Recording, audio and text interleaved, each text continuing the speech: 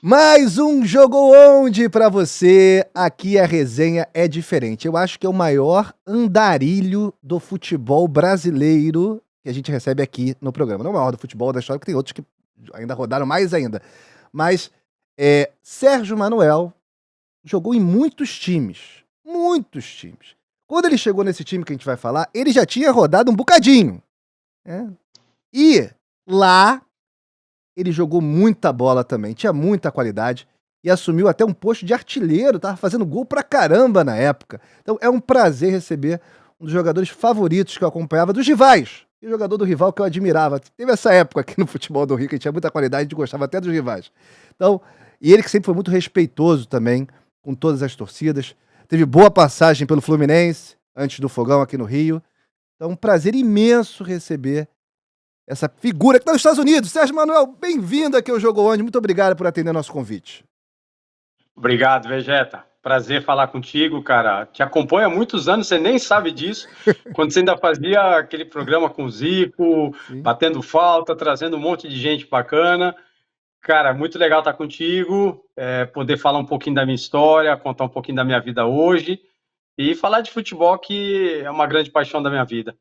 Beleza, a gente já deixa marcado um próximo encontro para falar de você na América também, tá? Falar de você na Fechou. América, você foi muito bem também no América. Episódio muito interessante. Verdade. Mas antes, como é que você foi parar? Em que momento da sua carreira você estava ali quando você chegou em 2004 ao Figueirense? Conta pra gente. Pô, Vegeta, foi, cara, impressionante. Em 2003, eu tive sabe, uma loucura assim, falei, cara, parei de jogar do nada. Eu joguei em 2002 no Curitiba. Eu sofri um choque de realidade quando eu saí do Cruzeiro. Foi a primeira vez que um clube rescindiu um contrato meu.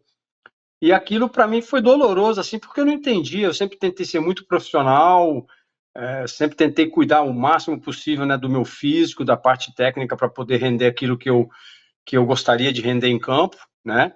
E quando o Cruzeiro me chama para fazer a rescisão de contrato, foi um choque, assim. Mas aí eu vim entender que o Cruzeiro havia montado um elenco muito grande, um elenco caro, e na verdade a gente não alcançou, nem chegou perto, né, do objetivo traçado.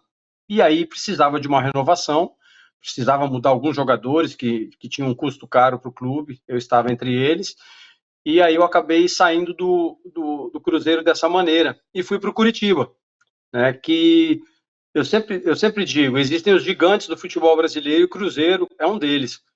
Eu comecei no Santos, tive no Fluminense, como você falou, depois tive no Botafogo, fui para o Japão, cheguei à seleção brasileira, e aí quando eu volto para o Grêmio, que é um outro gigante, retorno ao Botafogo e vou para o Cruzeiro, para você entender um pouquinho do que eu estou falando. Sim, lógico. Quando eu saio do Cruzeiro em 2000, no comecinho de 2002, eu vou para o Curitiba, eu percebo que o Curitiba é um grande no estado, né?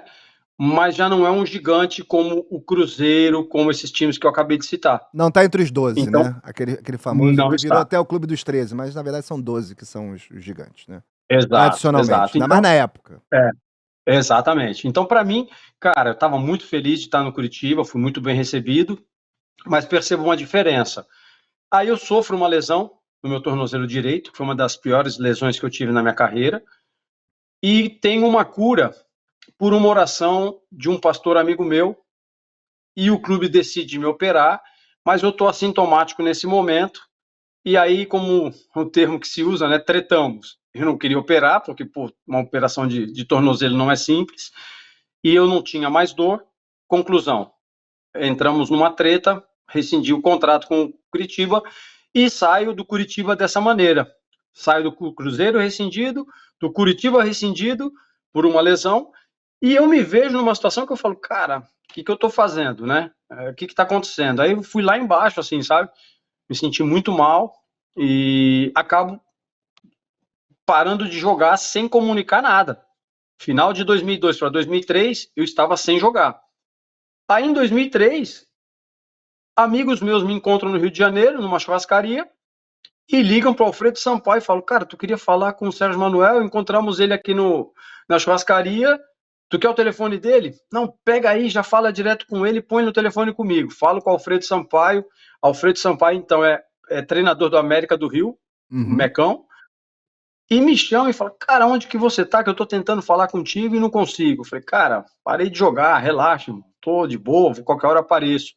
Ele falou, tu parou de jogar? Então hoje à noite eu vou tomar um café contigo. Foi em casa, passou na minha casa, levou Wagner, Fábio Augusto, falecido Brice, falecido Brice, meu amigo.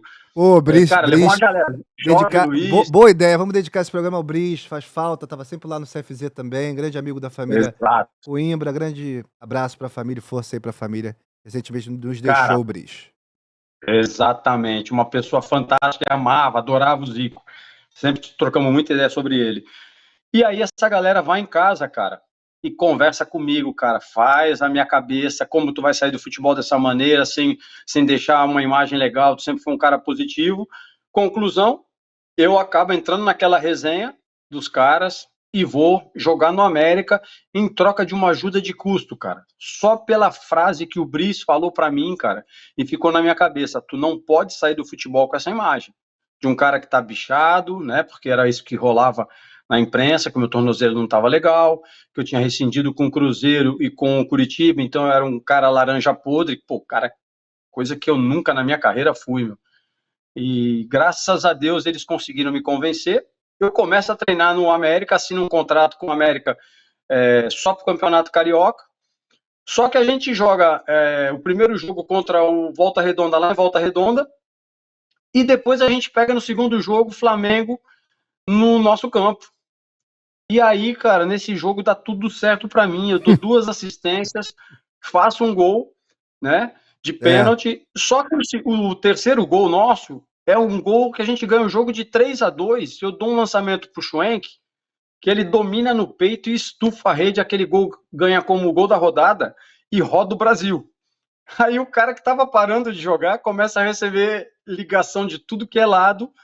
E eu falo, meu, olha como são as coisas. Eu estava lá embaixo, 2 jogos, a coisa muda toda, eu ganho um novo fôlego e aí acabo indo para Portuguesa em São Paulo, né, naquele mesmo ano, e logo depois vou para o Figueirense, onde minha carreira outra vez ganha fôlego, e aí eu falo, larguei aquela ideia, meu, eu gosto de jogar, meu tornozelo tá legal, fui abraçado outra vez, e aí, cara, é onde a gente chega nessa parte do Figueirense, onde é um lugar que tudo dá certo para mim novamente.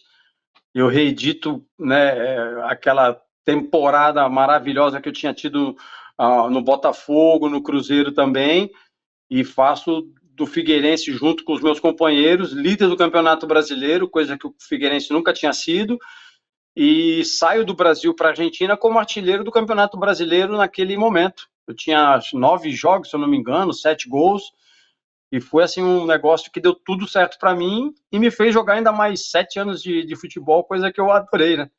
pois é, e você sabe, você lembra quem era o técnico do Figueirense na época? Dorival Júnior. Dorival Júnior. Chega que o Gotardo Dorival. só chama ele pelo nariz, cara.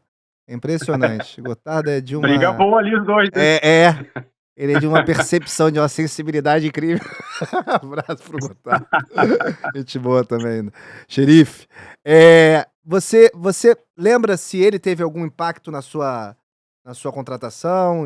Como é que você foi recebido lá? Você lembra? Você estava jogando muito bem e tal, você contou isso, mas você lembra como é que foi que o Figueirense chegou ao seu nome? Como é que chegou a proposta? Você sabe de alguma coisa disso? Ou ficou tudo com o empresário? Como é que você sabe dessa história?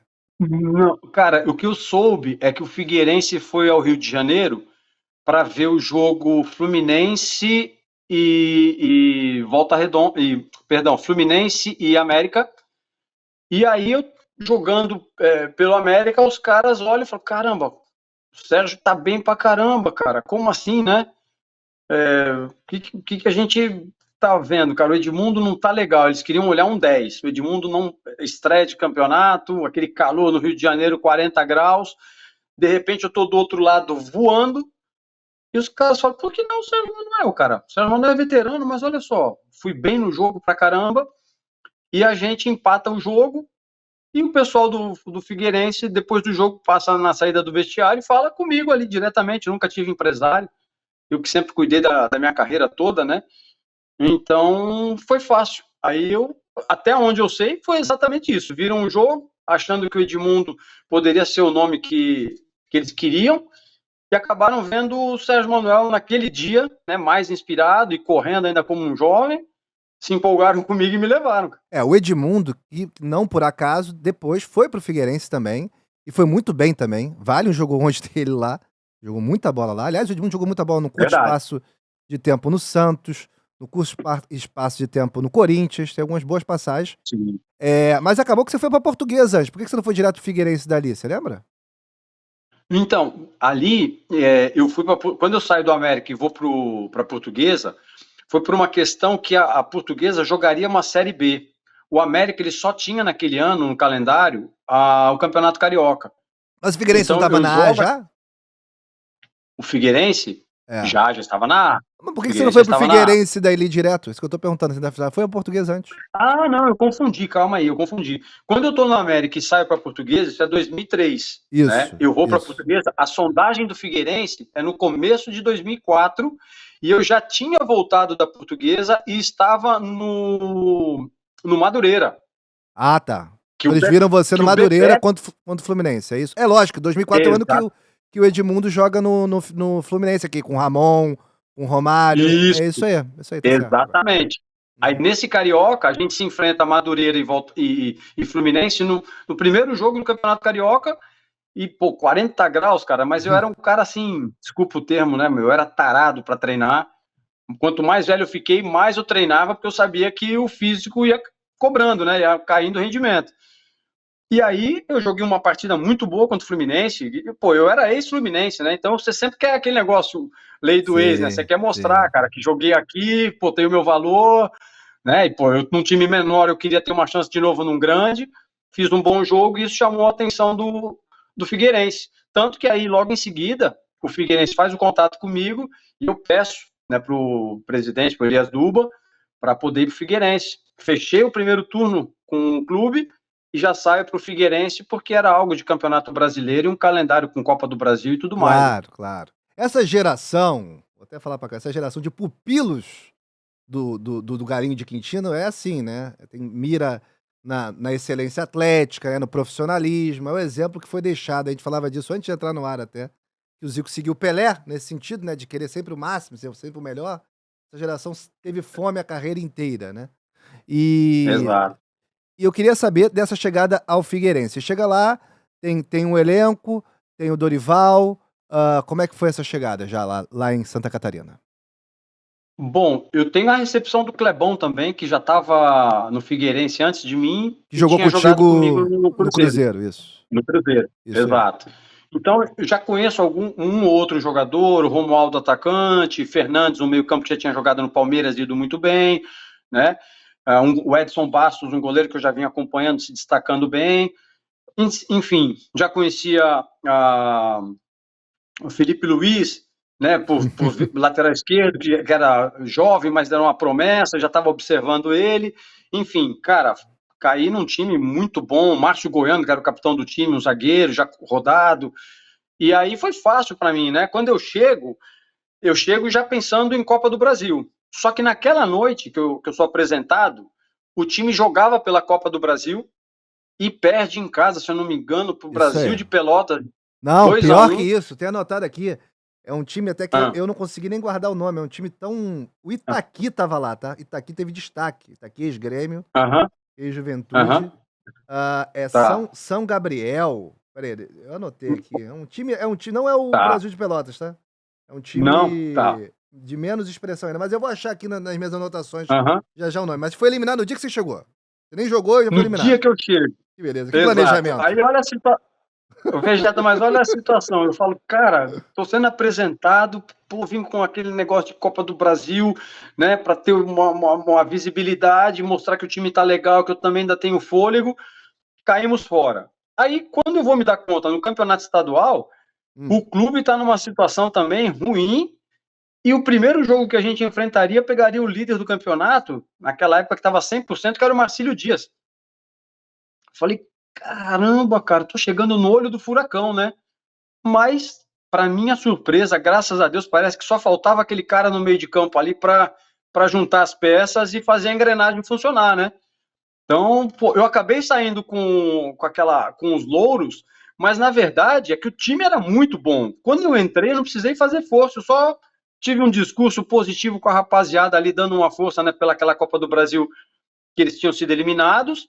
Falei, ó, vamos focar no estadual agora e vamos embora.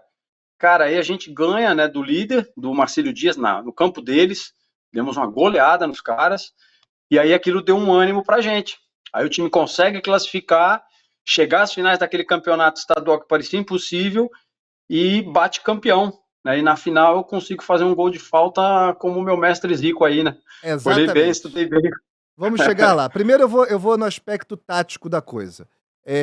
Uhum, Você foi classificado a sua carreira, principalmente na época de Botafogo, como formiguinha, como cara que taticamente chegava no meio, como cara que fazia recomposição, como um operário ali do meio campo. O que eu sempre achei um pouco de sacanagem, que você batia na uhum, bola muito bem, você tinha qualidade, você jogou mais, sim, como extremo antes no Santos, uhum, no sim, Fluminense. Então assim, eu achava uma exato. classificação um pouco abaixo do que você podia entregar.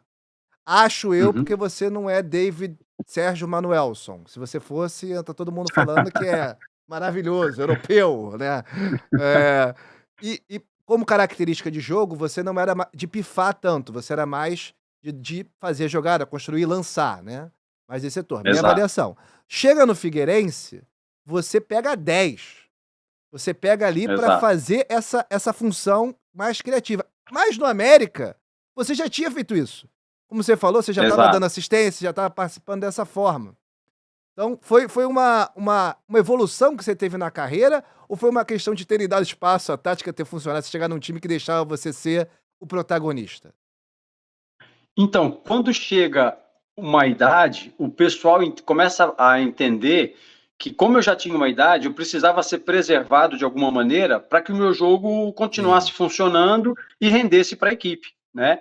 A maioria dos treinadores começaram a me adiantar e me dar menos função de marcação do meio de campo para trás. Ou seja, ó, se desgasta até o meio de campo aqui e respira. E isso acabou surtindo efeito no meu jogo. Né? Eu claro. sempre fui um jogador de me entregar muito para o time. Nos times, quando eu saio do Botafogo, depois estou no Cruzeiro, até no Grêmio também, eu revezava muito com o lateral esquerdo por ter um pulmão bom e saber fechar aquele setor de defesa do lado esquerdo. Então eu sempre troquei muito ali, me desgastava, coisa que às vezes não me dava o rendimento necessário lá na frente para estar fazendo gol, ou para estar pifando o cara que era o artilheiro, né?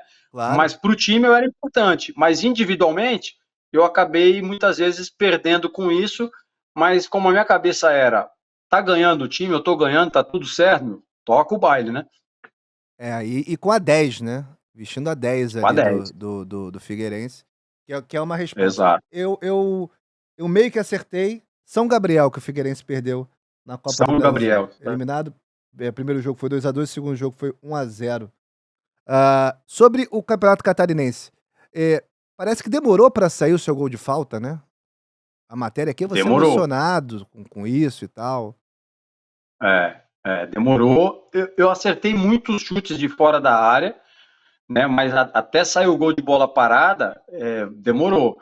E uma coisa que era legal no Figueirense é que tinha o Paulo Sérgio, que era um lateral direito que batia muito bem na bola, tinha o Sim, Fernandes, que batia muito bem na bola, Felipe Luiz, que ficava treinando ali. Depois também veio o André Santos, já um pouco mais para frente, Michel Bastos, que batia muito forte na bola, até troquei muita ideia com ele, que era um especialista, chutava como um cavalo, né? Precisava só tirar potência para poder acertar o gol. você Quando tá começou a fazer, falando alguns jogadores com seleção brasileira, alguns jogadores com Copa do Mundo, tá falando de jogadores exato. qualificados. O Felipe início de carreira, o Michel também, mas o Clebão já experiente, com grandes É, times e olha os seleção. laterais que eu peguei: Felipe Luiz, Michel Bastos e André Santos, três laterais esquerdos aí fantásticos. É verdade. 3 Copa do Muito, Mundo. O André jogou né? Copa do Mundo também, não jogou? Acho que jogou sim, o Jogou André. Copa do Mundo, André. É, Jogou Copa do Mundo. E aí, é. eu, como mais veterano, e eles tudo moleque, né? Eles me ouviam muito. E na época, aquela vontade de vencer deles, pô, pra mim, eu dava um, dois toques na bola e deixava eles fazerem a correria, né? Sim. Eu não sei se você chegou a jogar com ele, mas é um jogador importante, bastante, pra época, o meio-campo Carlos Alberto. Felipe sempre cita Carlos ele, que é Alberto, ídolo lá no Figueirense, mas ele ficou um período machucado quando você estava lá. Vocês chegaram a conseguir jogar sim, juntos? É um ídolo. jogamos. O Carlos fazia uma função muito forte no meio de campo, porque também tinha um outro cabeça de área, Giovânio, que Isso é. marcava como poucos, roubava a bola com uma facilidade, ele roubava a bola, entregava e respirava. E o Carlos Alberto, ele além de recuperar a bola, ele tinha força para atacar pelo lado direito, né? Então a gente fez no meio de campo uma época, eu, Carlos Alberto, Giovânio, e colocamos o Fernandes, que era um jogador mais técnico, ali no nosso meio, para também dar o equilíbrio no toque de bola e na armação junto comigo. Funcionou muito bem isso, porque a gente tinha o Romualdo, que era muito rápido, caía pelos dois lados, e um centroavante de área, né? Então, o Figueirense, naquela época, quando jogava no Scarpelli, a gente nem se preocupava, porque o campo era pesado, a gente treinava ali, já estava acostumado, né? O adversário sofria para vencer, porque o time era bom e o gramado jogava a nosso favor, né? O Figueirense chegou 3 vezes a liderar o Campeonato Brasileiro de 2004 e Uhum. entrando já nessa competição, mas antes trazendo também a sua visão, tá? E fala real. Já dava para Certo. perceber que os 3 eram diferenciados, que teriam uma carreira brilhante, tanto o Michel quanto o André Santos e quanto o Felipe Luiz? Olha, o Felipe Luiz eu não tinha a menor dúvida, porque o Felipe, a gente se olhava e eu me impressionei porque, assim, eu pensava, ele já estava ali onde eu pensava. Eu falava, cara, a gente se entende no olhar. E ele jogava mais Vou na ser frente na sincero, época também, né? Chegou a jogar mais na sim, frente. mais na frente. Aquele lado esquerdo nosso era um corredor que a gente até, às vezes, esquecia o lado direito e forçava a jogada ali mesmo, que a gente envolvia, né? E o Felipe tinha uma vantagem dele chegar na linha de fundo e fazer bons cruzamentos também. Então, ele ganhou muito cedo a titularidade, o que dificultou para o André Santos, né? Tanto que o André alterna no Figueirense, fica fora, fica fora, porque o Felipe não machucava. Aí o Felipe acabava pegando seleção sub-20, aparecia a brecha com o André, e logo depois chega o Michel Bastos. Então, tu imagina, foi uma guerra. Tiveram que se desfazer do Felipe Luiz, que já tinha mercado, né? E aí ficou o André Santos com o Michel ali por um tempo. Então foi muito bom de jogar com esses caras, porque para mim, que jogava do lado esquerdo, era fácil, né? Dava a redonda e recebia a redonda, a criação ali funcionava bem. E daí dava pra jogar os 3 até, né, porque você pegava lateral, meia e extremo, o atacante, sei Exato, lá, o Felipe ali perto do gol, dava pra fazer, né, os 3 tinham qualidade de chute, passe pra isso. dava. O André e o Michel também você via com potencial de seguir em alto nível também? Acabou que eu te interrompi, desculpa. Não, então, o Michel, quando mais jovem, o Michel, ele era aquele cara que você precisava segurar, né, meu? Porque ele era liso. Fora de campo, ele gostava da É, correria, do já entendi. vucu-vucu. É. Então, tu falava, rapaz, tu tem potencial, mas não pode fazer isso aí, não vai por aqui. E aí, eu achei uma maneira de segurar um pouco ele comigo no treinamento de falta, porque ele batia muito bem na bola. Ele batia com estilo na bola, mas com uma potência que um dia, quando eu batendo falta lá para gol, né, de meia distância, eu falei para ele, vem cá, chega aí, olha só, eu não tenho a idade que você tem, nem a potência que você tem, mas olha a quantidade de vezes que eu acerto o gol e que você está acertando, né? Tira um pouquinho da tua força, tu tá querendo quebrar a bola ou o goleiro, não precisa, acerta o gol. Cara, começou a bater na bola com menos potência e com jeito, ele brincava com os goleiros, cara. Chegou uma hora que eu falei assim, ó, eu nem chego mais na bola daí é tua. Eu vou bater lá de perto, pô. Tu tem que reconhecer que o cara é melhor, né? Claro. Então, eu nunca tive essa vaidade, pô. Passei raiva com o Marcelinho Carioca em seleção sub-20, que o Marcelinho, pô, É o maior de pega o todos, cara no né. canto do cara. Eu acho que é o que o Zico fala, em acertar ali, uma maceteada em acertar lá no ângulo, aí ninguém me Aham. supera, mas de bater de formas diferentes, ele, Nelinho, né, uma É, coisa incrível, né. E acertava muito ali incrível. também, né, o Marcelinho. Muito, muito. Marcelinho, com todo respeito à galera toda, inclusive ao mestre Zico, eu acho que o Marcelinho é aquele negócio do discípulo Sim, que ultrapassou o mestre, né? sim, sim. Então, É. Marcelinho é demais. Marcelo, queremos você aqui. Santos, pode ser? Você jogou bem no Santos, né, pode ser. Sobre É. o André, você só faltou ele? Pra gente entrar Pô, direto no então, brasileiro. o André, dos três, era o que eu falava assim, cara, o André no início, ele era o mais tímido. sabe? Eu via o potencial no Michel, só que achava que o Michel já era, das ideias, já era, tinha Contrário que do segurar ele. tímido. Exato. O André já era o tímido.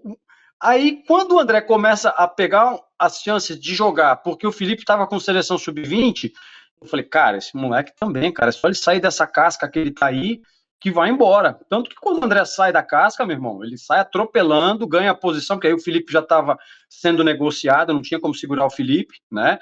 E aí o André toma conta da posição e joga por um bom tempo. O último a jogar é o Michel Bastos, né? Então não lembro se foi alguma coisa de lesão do André, que ele abre brecha para o Michel, e o Michel também entra e, como nós falamos, todo mundo sabia jogar.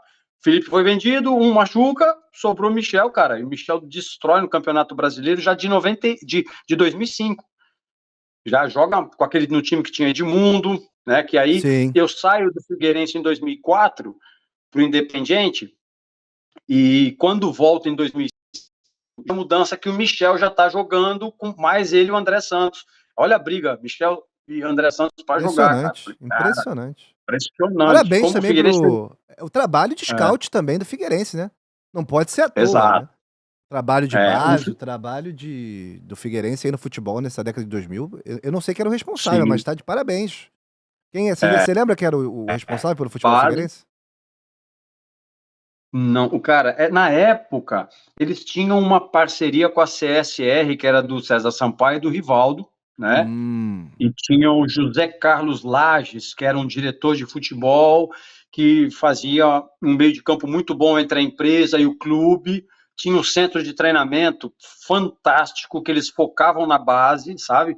Era incomparável, assim, o Figueirense na época com os outros grandes do estado ali. O Figueirense estava um passo à frente e oferecia toda a condição de trabalho, de treinamento, pagamento em dia, que eu sempre digo, cara, se eu tivesse jogado em clubes como o Figueirense durante a carreira toda, pô, cara, é um sonho, você está no paraíso. Você só se preocupa em jogar, o resto tá tudo organizado. É verdade. Ó, você está no Jogo Onde? Inscreva-se aí, soca o like, obrigado pela sua moral. O senhor botafoguense que chegou aqui para ver mais do ídolo Sérgio Manuel, obrigado pela sua presença aqui, seja bem-vindo à Vegeta TV. A gente faz muitos jogos também do Botafogo Retrô, Sérgio Manuel participa de muitos deles. Hoje tem Botafogo e Palmeiras, por exemplo, no dia que a gente está gravando, então a gente vai fazer Botafogo hoje mais tarde para ter uma resenha sobre a rodada e rever nossos ídolos, nossos grandes craques que a gente gosta tanto. Mas sem esquecer do presente também, que tá urgindo aí. O tempo não para, como diria Cazuza. Sobre o Campeonato Brasileiro, vocês começam ali com já bem, e como é que foi para você a competição em si? Pode ir tranquilo do início, que eu acho que é um ponto bem importante da nossa Uhum. resenha. Então, se eu não me engano, a gente estreia em casa contra o Inter de Porto Alegre. Ganhamos o jogo, se eu não me engano, 2-1. Eu faço um gol de 1-0. pênalti. 1-0, gol de 1-0? pênalti seu. Então, faço um gol de pênalti 1-0, isso. E aí depois a gente pega, acho que na sequência, Atlético Paranaense, se eu não me engano, fora de casa. Você faz uma grande E também partida e vocês dão e dá um ganham. sacode. 3-0. 3-0. Isso aí. 3-0. Também faço um gol de pênalti, tomo assistência. A gente começa de uma maneira onde a gente pega equipes que não eram fáceis de ser batidas. Pega Inter, pega Atlético Paranaense, equipes que tradicionalmente têm bons elencos, jogando em casa, e aí a gente começa a ver que, pô, se nós começamos bem em casa contra um grande, saímos fora contra o Atlético na Arena, ali naquele segundo jogo, eu lembro do vestiário a gente fechar e falar, peraí, pessoal, isso não é pouca coisa não, a gente tem que valorizar, porque outros vão chegar nesse estágio que nós chegamos agora, de jogar contra esses times, e vão perder pontos, né? E a gente passa ali naquele primeiro momento, com 6 pontos, a ter uma mentalidade de quem não entra na competição só para fazer número. Podemos fazer história. Agora, a caminhada é longa, né? O preço é caro. Se a gente tiver essa disposição de pagar o preço, todo mundo aqui pode ganhar. Essa molecada que a gente tem visto aí, que tem mercado, né, adoidado. E nós, os que queremos ainda mais uma chance, é a chance de todo mundo. Vamos fechar aqui. O Dorival passa a ser uma peça-chave porque ele tem uma mentalidade nesse momento, os caras mais rodados, os caras casados, de não concentrar.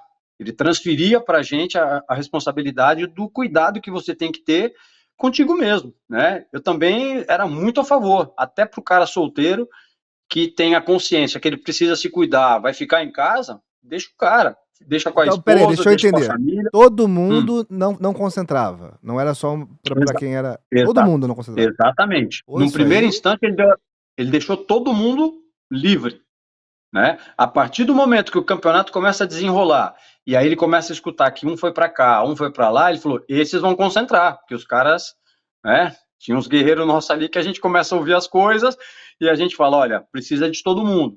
Se a Mas eu gente não nunca segura vi ele, isso. Eu nunca vi isso. Eles aceitaram. O grupo aceitou bem, eles aceitaram bem de alguns concentrarem e outros não concentrarem? Desculpa, sim, isso sim. se você No teve algum outro princípio, time sim. que você teve isso na sua carreira, que acontecia isso? No Brasil? Não, Eu não tô não, tão não. enganado que não é normal. Eu só tive esse privilégio. Depois já era veterano, encerrando a carreira no Bragantino, 37, 38 anos, né? E eu sou natural de Santos. E aí, como eu levei a família, deixei todos em Santos. E fui jogar ali em Bragança, que é 1h30. Às vezes, o treinamento era na sexta-feira à tarde e a gente tinha uma folga, os caras concordavam que eu não treinasse uma quinta-feira, que era um treino mais leve, porque já tinha jogado na quarta, para eu poder vir na sexta de Santos e poder já ficar direto. Mas sem concentrar, o único clube que eu passei mesmo e foi assim tranquilo foi o Figueirense, cara. E deu muito bom resultado.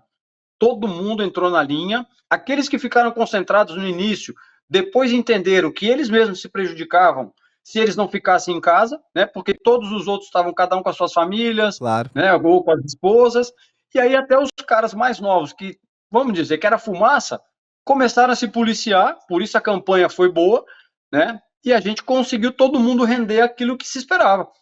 Não tem como negar que no futebol a questão do extracampo é uma coisa muito forte, né? Desde É, muito tempo, talvez desde sempre. Mas eu acho que foi com o é, glamour do futebol, e nos anos 2000 já tinha muito glamour, já tinham salários exato. altos.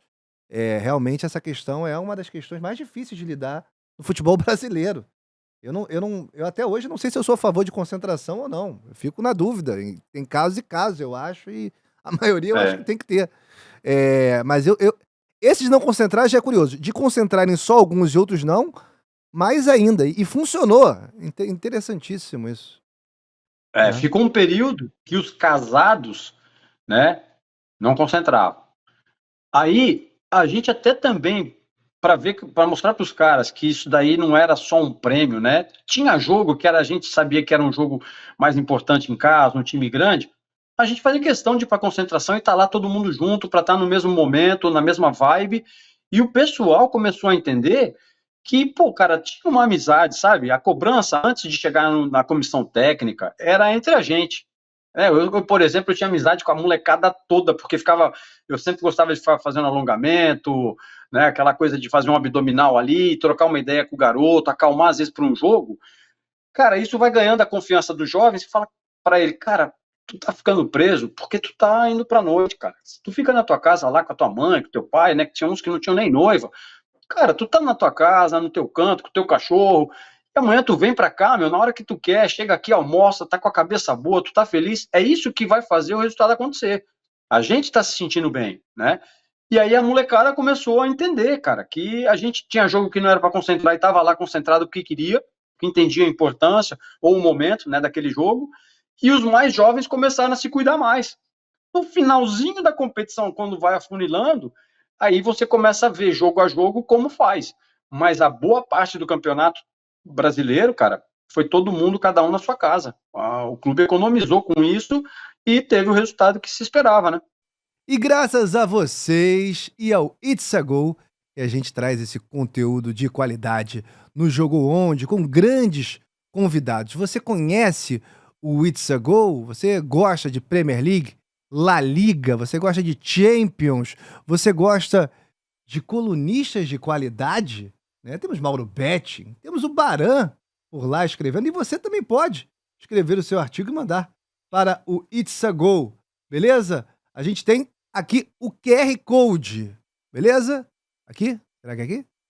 Vem com a gente. Ó, grandes vitórias do Figueirense naquela temporada que eu anotei aqui, tá? Vê quais você tava, quais Tá, você não tava. Flamengo em tá. casa, 3-2, jogando em casa. E Flamengo Aham, fora de casa, lá em Volta Redonda, 3-0. sim. Isso é meio mais um 3-0 fora de casa, né? E tem gol Fora de seu. casa. Tem gol seu. Fiz um gol de pênalti, fiz um gol de É. pênalti. São Paulo em casa, 1-0. Fluminense, 2-1 em casa Aham, também. Atlético sim, Mineiro em casa, 2-1. Só time sim. de alto nível, tô falando só gigante. Quem tá falando de É, gigante no início, estamos falando exato. de gigante aqui. Santos em casa, Uhum, Santos campeão brasileiro. É o jogo que o Figueirense chega à liderança. Santos em exato, casa, 2-1, exato. vitória do É. Figueirense. Faço um gol de Goiás, falta aí nesse jogo. Goiás, 3-2 em casa. Criciúma, Uhum, 2-0 em casa. Vitória, 2-1 em casa. Inter já falamos, Atlético Paranaense fora já uhum, falamos. São Caetano, que era um time forte na época, foi finalista de Libertadores anteriormente, foi campeão paulista. sim, 1-0 em casa, você participou da jogada do gol, com a cobrança de sim, falta no lance. E, exato. e Ponte Preta também vocês ganharam fora. Grandes Aham. vitórias. Ah, e o Dorival, taticamente, como é que ele funcionava na época? Tem que falar mais dele, que é o técnico, só o técnico da seleção brasileira e o último grande técnico aqui, campeão da Copa do Brasil, campeão da Libertadores. O cara é hoje, com todo respeito ao Fernando Diniz, mas ele é o cara Uhum. o mais preparado entre os técnicos e por isso está lá, né, na seleção, a minha opinião. É. Como é que era o trabalho dele na Uhum. época? Pô, Vegeta, antes de falar do treinador, cara, eu queria pedir um parênteses aí para falar da pessoa que ele é, cara.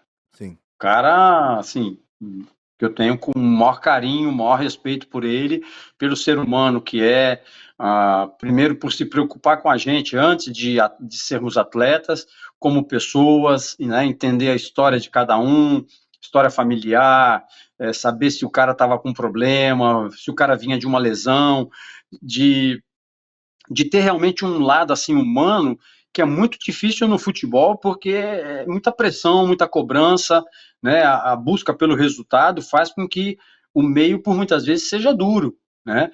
E ele, cara, tinha uma doçura no dia a dia, algo assim que transcendia aquele universo que a gente está acostumado. Então, eu para falar do Dorival, eu prefiro falar primeiro dele como pessoa, para as pessoas entenderem como eu vi aí uma imagem, né, os caras falando que ele estava fora da roda, cara, eu duvido muito, porque o ser humano que ele você não consegue fazer mal pro Dorival, porque ele é uma pessoa que ele ganha você na natureza que ele é, sabe? A natureza dele é boa. Então a gente que viveu muitos anos no futebol e topa com os caras de todas as naturezas, quando você topa com um cara como o Dorival, você quer correr pelo cara, pô, Claro, entendeu? óbvio. Não tem. Então, assim, o Dorival, ele foi um treinador, antes de ser aquele cara que cobra, o cara que te dá o suporte. E aí fica fácil para você jogar, porque o cara entende o que você gosta de fazer, o cara também te mostra a ideia dele, e a gente forma uma equação onde os dois lados ganham. Bom, já sei o que tu quer, tu sabe como eu gosto, o cara te encaixa dentro daquilo e te leva para campo. Então, para a gente no Figueirense, com o Dorival, foi muito bom porque ele estava num começo de carreira, né, cheio de energia para buscar o espaço dele, para mostrar que a carreira dele como jogador tinha sido bem sucedida e ele queria ser mais ainda como treinador, e ele dá para a gente uma chance de misturar jogadores veteranos, como era o meu caso, do Kleber, do Goiano, né, enfim, jogadores rodados como o Romualdo, que a gente podia ali juntos fazer história, mas desde que a camisa ficasse suada. Então não tinha esse negócio que é atacante ou meia ofensivo, todo mundo tinha a sua função, né, quando não tinha bola para marcar, a gente gostava de exercer uma pressão no adversário, né, como se diz hoje lá, linha alta, pô, a gente ia fazer essa pressão lá quando jogava em casa em todo mundo que a gente enfrentava, sabe? Não tinha Flamengo, não tinha São Paulo, não tinha ninguém. Não importa a camisa, os grandes são os caras, mas aqui quem manda somos nós. E dessa maneira, o Figueirense jogou por muito tempo, né? Quando eu saio para a Argentina, eu sei que, como eu disse anteriormente, parecia que tinha uma peça que faltava. Quando eu entrei, o negócio funcionou.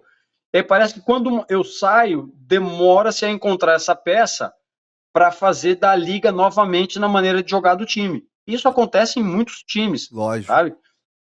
Então, a memória que eu tenho do Dorival é ele me fazendo entender que daquele lado esquerdo, quem tinha que se desgastar menos era eu pelo fator idade, o que não significava que eu também não ia fazer a minha parte, sabe? Ele deixa isso muito claro. Se tu pode me dar 70 minutos nesse ritmo, conto contigo em 70 minutos. Depois eu tenho outro para te substituir.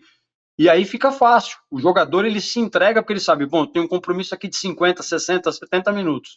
Depois, alguém vai entrar e vai dar conta.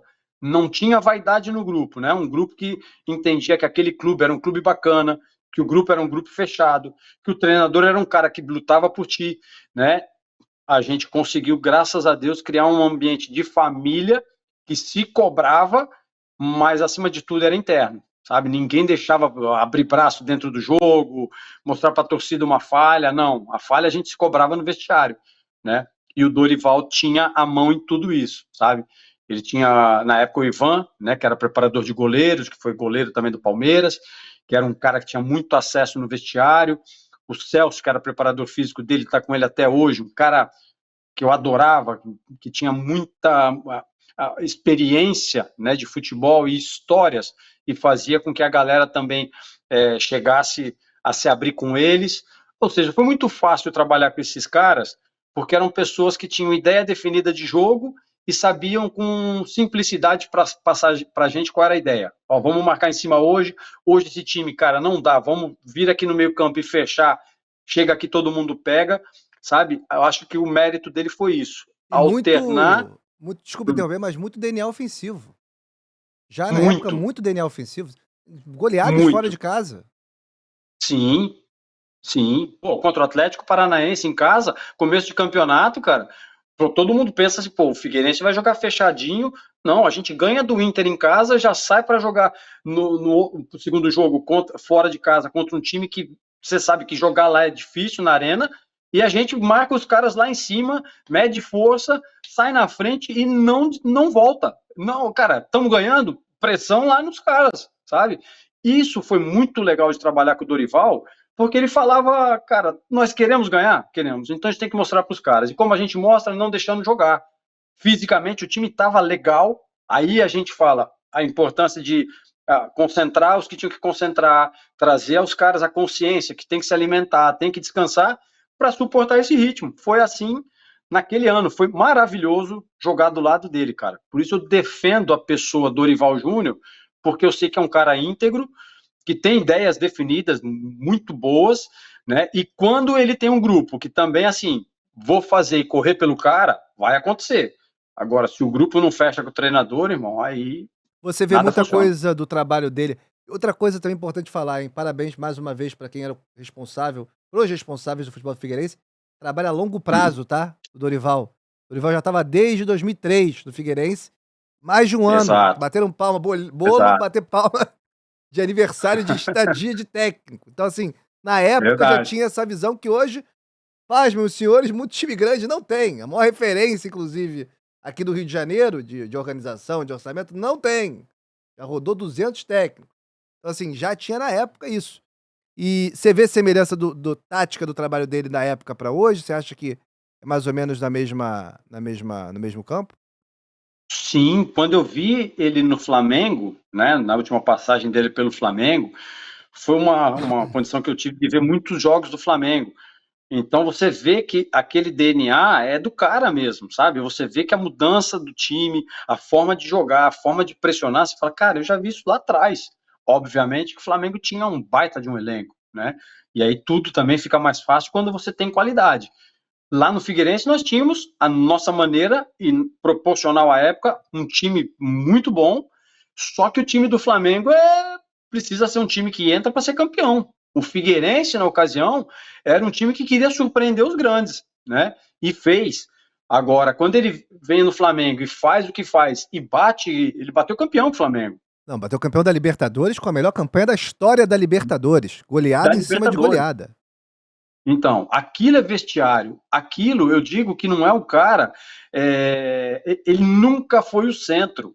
Ele, pelo contrário, ele faz questão de dividir com os jogadores, sabe? Os jogadores são as estrelas. Eu acho que o grande treinador é isso, cara. É aquele cara que sabe da importância dele, mas faz com que os jogadores apareçam. Ele fica por trás. O mérito no final vai ser do cara, meu. Todo mundo sabe. Ele não tem essa pretensão de ser estrela, de se destacar. Que se destaque qualquer jogador dele, tá bom para ele, desde que o resultado seja aquilo que foi combinado no vestiário, sabe? Não adianta você ganhar o jogo de qualquer maneira. A gente teve jogos que a gente falou, pô, cara, hoje não foi o que a gente queria, né? Hoje não funcionou, hoje não saiu. Mas eu nunca vi o Dorival se alterar de chegar pra gente e não falar, calma aí, pessoal, tem dia que nada acontece, mas vocês tentaram. O duro é quando a gente está tentando algo que não foi combinado no vestiário.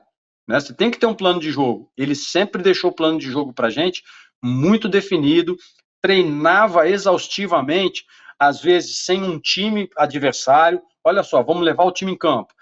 Entendeu? A bola está aqui, você tem que estar onde? A bola está ali, você tem que estar onde? Se a gente faz essa saída, você mexe aonde? Você aparece aonde?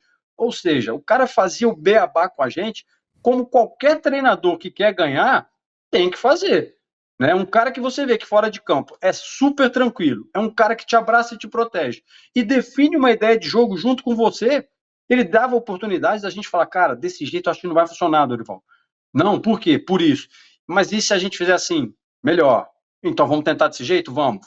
Ele não tinha o menor problema em mudar. Mas as Ele pessoas ouvia, mas tinha... confundem isso com a Uhum, falta de conhecimento tático, falta de capacidade ou falta de confiança, que eu acho que também tem uhum, um paralelo entre a sua carreira, quando você escolhe se doar pelo time, sim, e obviamente tem que ter perna para atacar depois, se você tá tendo perna para defender, fica menos perna para atacar, o pessoal acha que o jogador de futebol verdade. é robô, e as pessoas Uhum, confundem isso no Dorival, dele ouvir com ele não ter a assertividade dele, as convicções dele, e principalmente você falou da tática, né?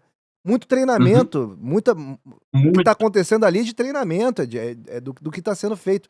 Outra coisa que eu destacaria, Sérgio Manuel, Uhum, é a questão dele, a visão que ele tem sobre o ser humano e como ele aplica uhum, isso taticamente. Isso é muito importante e hoje eu não vejo fazerem isso.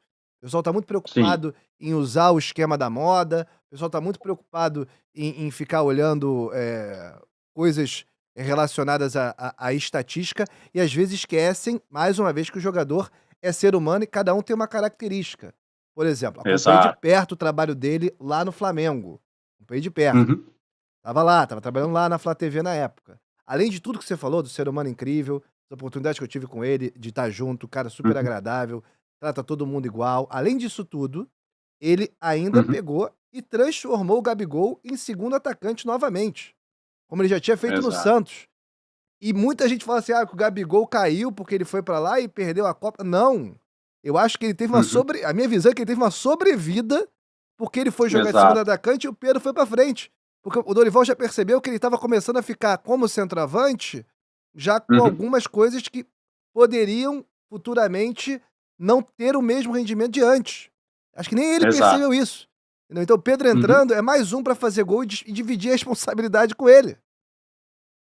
Então essa é a Mais um visão, homem gol. mais um É, homem gol. E o Gabigol exato. tinha a capacidade hoje, infelizmente, né, o cara Aham, conseguiu, afundar a própria carreira, tá afundando a própria carreira, é muito é, difícil sair da ele não sabe o quão difícil é sair da situação que ele tá. verdade, Se ele soubesse, acho que verdade. ele não se metia nessa situação. Então, ele deu uma sobrevida pro Gabigol, na minha opinião, ali em 2022. Concordo. Concordo. E olha, eu vou falar para você, cara, não é defendendo o Gabigol ou qualquer outro, cara. Esses caras que estão acostumados a fazer gols, cara, é muito difícil quando passa por um momento como esse que o Gabigol tá passando, de não fazer gol, de não estar jogando como sempre jogou. Esse cara tá acostumado a ser carregado nos braços do torcedor. Esse cara, ele tá lá em cima sempre, né? Estrela. Quando a quando a bola não entra, é muito diferente de mim, cara. Eu fazia gol a cada 5, 6 jogos. Pra mim, pô, beleza, show de bola. O Gabigol, ele faz 2, 3 gols, 2, 3 gols, e quando faz pouco, fez um. Então, assim, o psicológico desse cara abala. Se não tiver alguém fora de campo que puxa esse cara e fala, vem cá, irmão, calma aí, tu também não é máquina, chega uma hora que a bola não te obedece, né? Precisa ter no vestiário alguém fora do campo que tenha essa capacidade de penetrar no cara e falar, ei, respira, irmão, sabe? Fica um jogo de fora porque você não tá legal e isso tem que acontecer. Pô, aconteceu uma vez comigo, já tá no Botafogo, em 99, o Botafogo brigou para não cair, cara. E eu vou ser sincero, foi aquela fase, meu irmão, que você tá tentando de tudo e nada acontece. A bola parecia que tava dando na canela. Aí eu falei, meu, o que que tá acontecendo? Eu acho que eu tava me desgastando muito nos jogos, não tava recuperando e entrava já no jogo me sentindo aquela pontinha de cansaço. Aí até que eu falei, meu, acho que é melhor eu parar uma semana, trabalhar a parte física e voltar com tudo, né? Cara, quando eu peço para sair, me interpretam que eu tava sendo covarde. Eu falei, pô, se tu tá sendo honesto em reconhecer que o teu momento não tá legal, tu quer dar espaço para alguém que de repente possa fazer acontecer o que a equipe precisa, e você vai para fora, treina e volta com o teu 100% para tentar ajudar, aí, sabe, eu quis pirar, mas graças a Deus a estrutura familiar me ajudou. Não, cara, é humano, tem um limite, tem horas que não tá Claro. funcionando.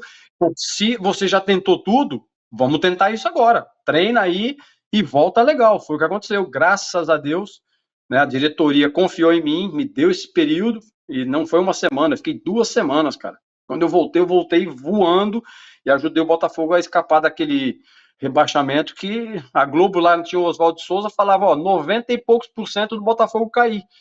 E nós fomos lá e conseguimos livrar, né?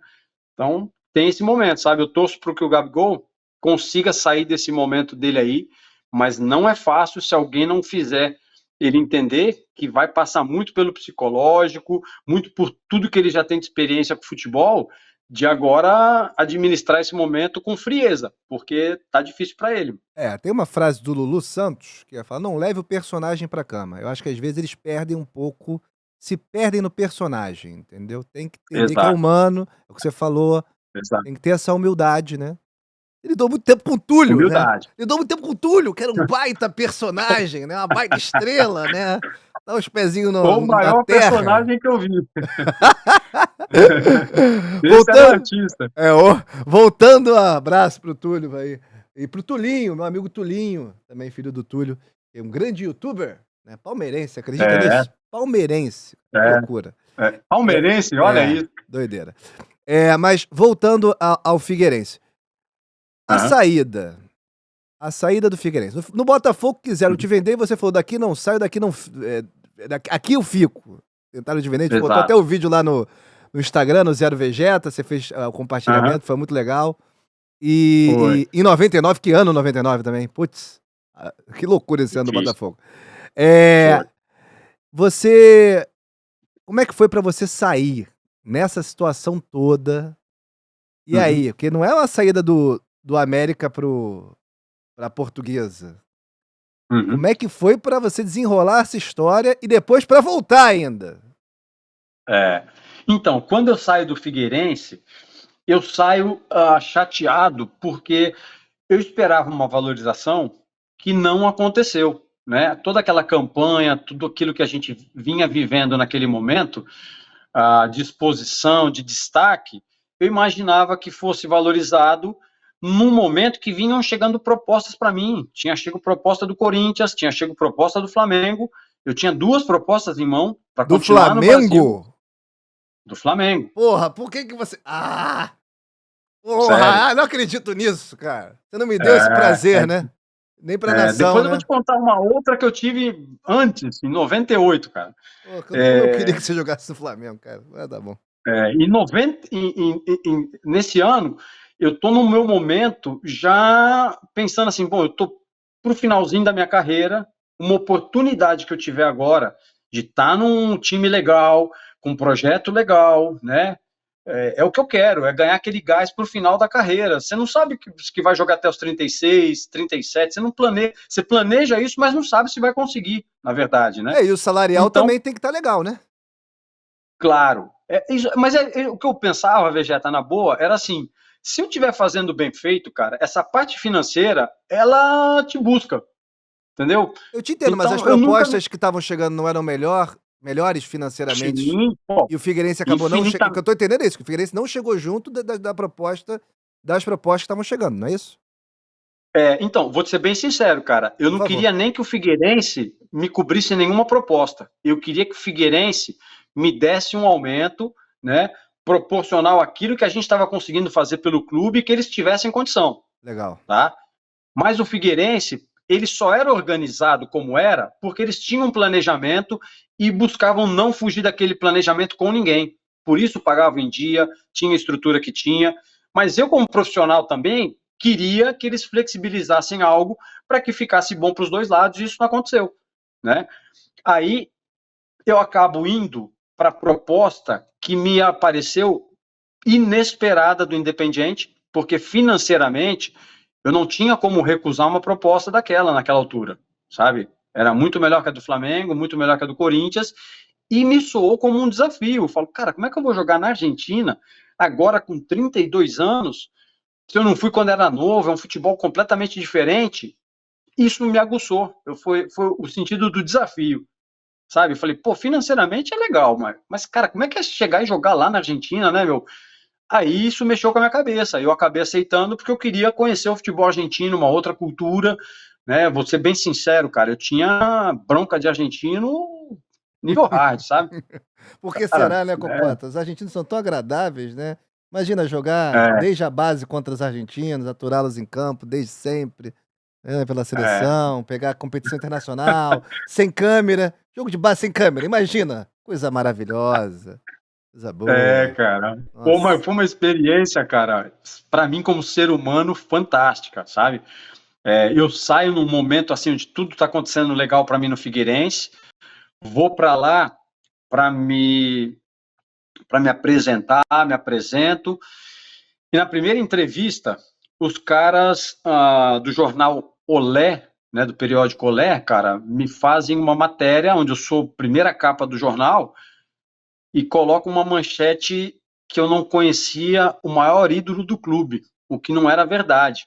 Porque eu estudei toda a história do Independiente antes de jogar lá. Falei, pô, sou brasileiro, chego lá, vou dar uma quebrada, os caras já vêm no meu gogó, né, meu? Lógico. Então, estudei a história do clube, entendi que era o maior ganhador de Libertadores, vi os times que tinham sido campeões e tal, enfim, chego lá, falo tudo isso e os caras me mostram uma foto do maior ídolo do clube, né, que se chamava Bottini, mas eu, no momento de responder o nome do cara, eu falo, pô, eu esqueci o nome dele, eu sei que ele é o capitão, é o maior estrela do É clube, ganhador de calvo.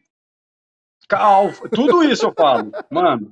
Aí os caras botam na primeira página do Olé, brasileiro que vai jogar com a 10 de Bottini não conhece Bottini. Imagina.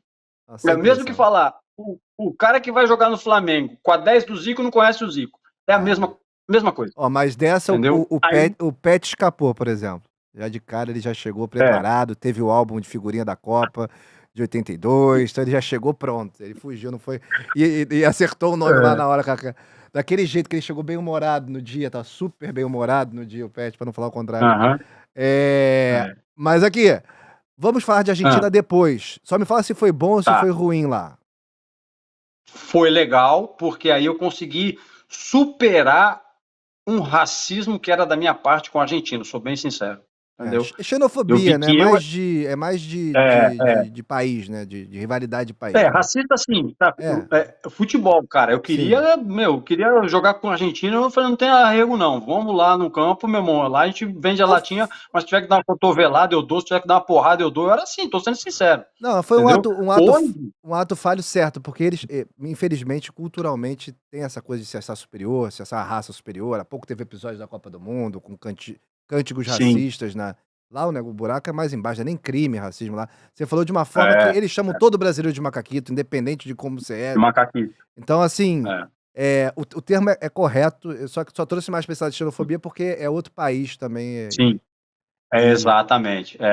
Mas aí eu vi que, cara, é uma rivalidade no futebol. Sabe? Quando eu abri, eu vi armários de jogadores lá que tinham Cafu, que tinham Ronaldo, que tinham Rivaldo, entendeu?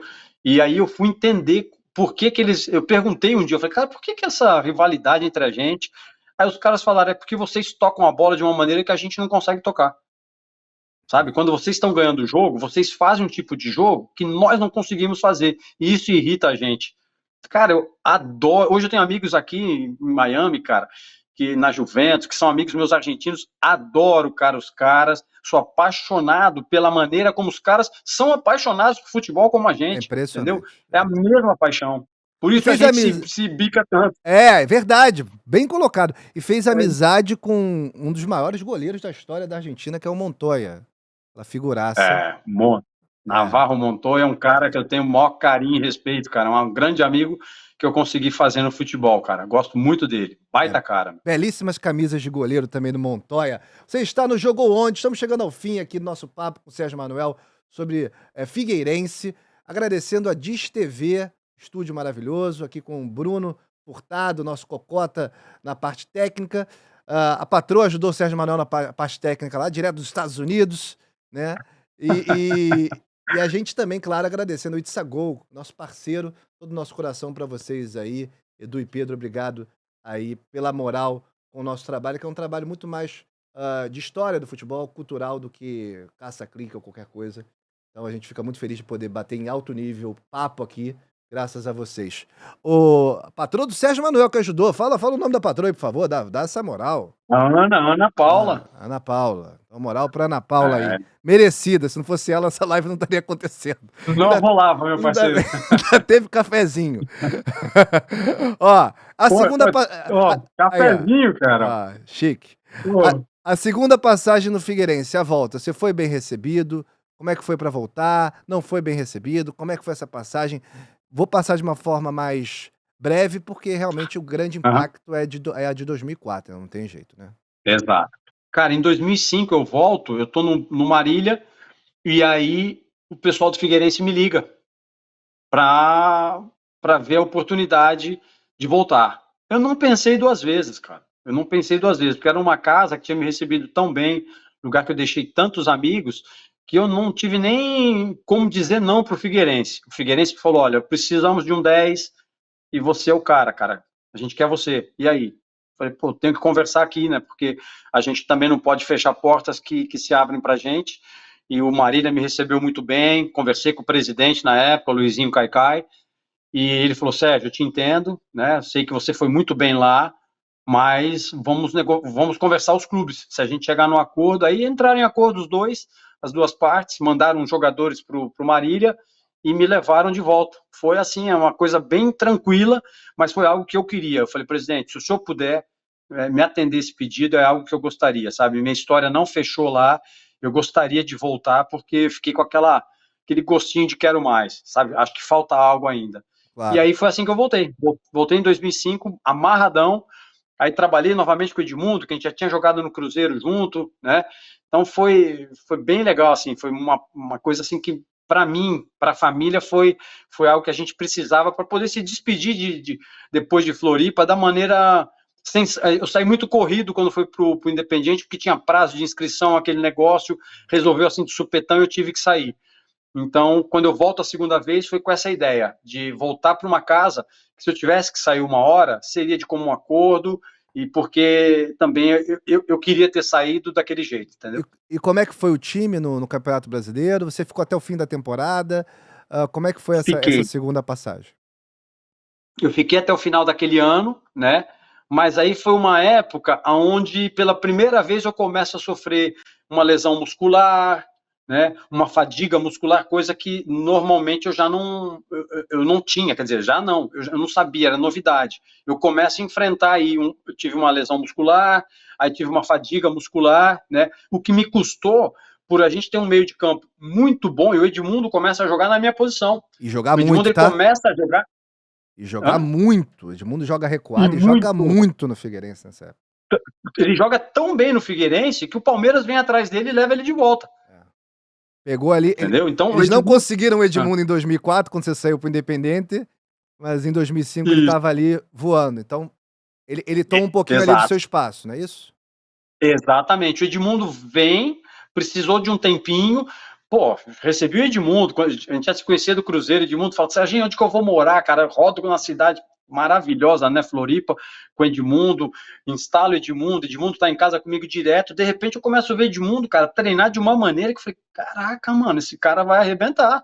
Não teve outra, sabe? O Edmundo é um ídolo no Figueirense hoje, porque ele entendia que aquele time era um time que podia possibilitar ele a alçar um novo voo, né? Era um time que não tinha vaidade, a estrela do time era ele, e todo mundo jogava para ele, então ele se sentiu muito à vontade rapidamente, e com a capacidade que ele tinha, né, cara, ficou fácil, voltou a ser aquele animal dentro de campo que sempre foi, que decidia jogos e fazia gols, né?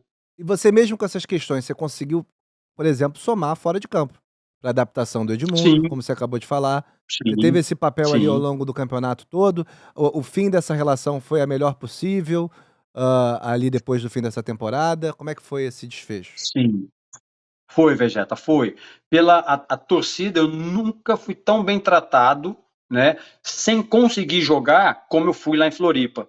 A minha passagem em 2004 tinha sido tão boa, né, que quando eu me recupero na competição, que o time está armado, e eu começo a entrar poucos minutos, poucos jogos, a torcida nunca mudou o tratamento comigo. Então, quando eu saio entendendo que tinha sido um ano difícil para mim, atípico na minha carreira, e que por uma questão até salarial, que eu tinha, né, dos salários mais altos, eu precisava abrir espaço para um jogador mais jovem, porque aí Sim. vinha passando uma reformulação no clube. Depois daqueles 2 anos, 2004 e 2005, com jogadores rodados, o Figueirense tinha um time mais jovem para pôr em campo, né?